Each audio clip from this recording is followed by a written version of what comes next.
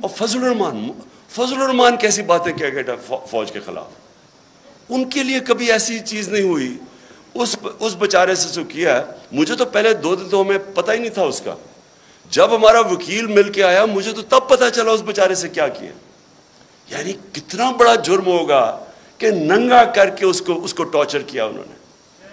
یعنی ایک انسان کی ڈگنیٹی کہ اس کو پہلے آپ ننگا کریں, پھر اس کو بری طرح اتنی مارا اور انہوں نے اس کے سر کے اوپر بند کر کے پتہ نہیں کہیں پھرایا. مینٹلی اسے اتنا ٹارچر کیا کہ وہ بالکل بریک کر دیا اس کو.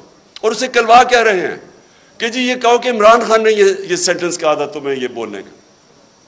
اس کے پیچھے اس کو بند کیا ہوا اور اس سے جو بیچارہ جو اسے حال کیا. مجھے تو یعنی میرے خیال میں کہ ہمارا معاشرہ ادھر گر رہا ہے, اللہ کرے کہ اس سے اور نیچے نہ جائے.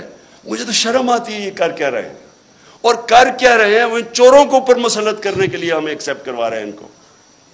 سب سے خوفناک چیز یہ ہے, اچھا کوئی بہت بڑا منصوبہ ہو, کوئی پاکستان کی بہتری ہو, چلے جی ہم یہ آپریشن بھی ٹالریٹ کر لیں. یہ چور جو 30 سال سے ملک کو پیسہ چوری کر رہے ہیں, 26 سال میں ان کے اگینسٹ جہاد کر رہا ہوں, ان کو ایکسیپٹ کروانے کے لیے میڈیا کا منہ بند, خوف پھیلا رہے ہیں, لوگوں کو ڈرا رہے ہیں, اور پھر آگے پلاننگ کر رہے ہیں کہ کسی طرح تحریک انصاف ٹوٹ جائے گی.